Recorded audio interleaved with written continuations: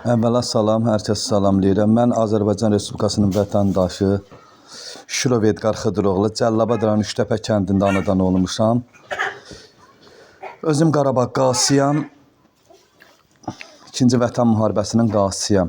Əmək qabiliyyətsizəm, əlilliyim var, 6 az yaşlı övladım var. 2021-ci ildən bəri ev qeydiyyatındayam. 2010-cu ildən bəri ayrı təsərrüfatam imkanım olmadığından ev tikə bilməmişəm, həyət yana ala bilməmişdim. Vətən müharibəsindən sonra Cənab Prezidentimizin təşəbbüsü ilə bələdiyyənin sədrliyi ilə 10 sotka yarım torpaq verilib. Torpaq verilib. 2021-ci ildən bəri ev qeydiyyatındayam. Əmək və Əhalinin Sosial Müdafiəsi Nazirliyinə gedirəm. Deyir ki, xüsusi şərtlər idarəsi baxır. Xüsusi şərtlər idarəsinə gedirəm. Deyir ki, Əmək və Əhalinin Sosial Müdafiəsi Nazirliyi vəsait ayırmayıb. 6 az yaşlı övladım var. Deyir ki, 6-cı uşağın bir yaşı tamam olmayınca sənə uşaq pulu verə bilmərəm. Sosial yardıma dəfələrlə sənəd vurmuşam, imtina gəlir. İmtina səbəbini onu göstərir ki, məni dədə himayəsində qalırsan. Mən razıyam. Nazirin sözü ilə razıyam. Deyir ki, ayrıl, çıx, sənə sosial yardım verim. Cənab Nazir, buradan sənə üzümü tutub deyirəm. 15 min, 20 min maaş alırsan. 15-20 min maaş alırsan. Deputatlarımız 18 min, 10 min maaş alır.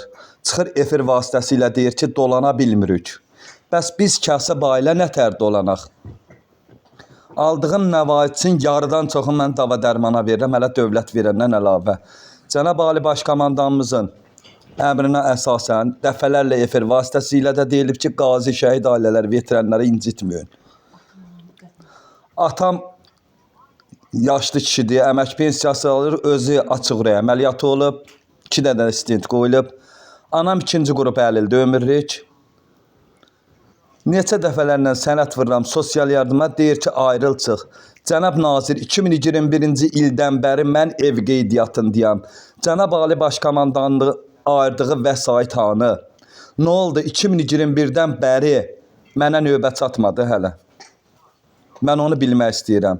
Cənab Nazir, uşağın 18 yaşı tamam olan kimi Pavuska yollayacaqsan.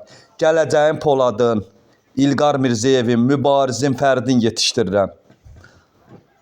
Harda qaldı bu dövlətin qayda qanunu? Deyir ki, get hara dərdü deysən deyinər. Bizə adiyyət qanun da bizük, qayda da bizük. 11-11-ə zəng eləmişəm prezidentin administrasiyasına. Dəfələrlə görüntülü danışmışıq. Deyir ki, qardaş, budur, istəyirsən budur, istəmirsən salamat gülə-gülə. Buradan üzümü tuturam Cənab Ali Başkomandana. Azərbaycanın 1-ci xanımı vitse-prezident Mehriban xanıma. Ali Başkomandanın davamçısı Heydər Əliyevə.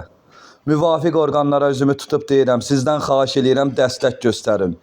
Qazizə, veteranıza, şəhid ailənizə sahib çıxın.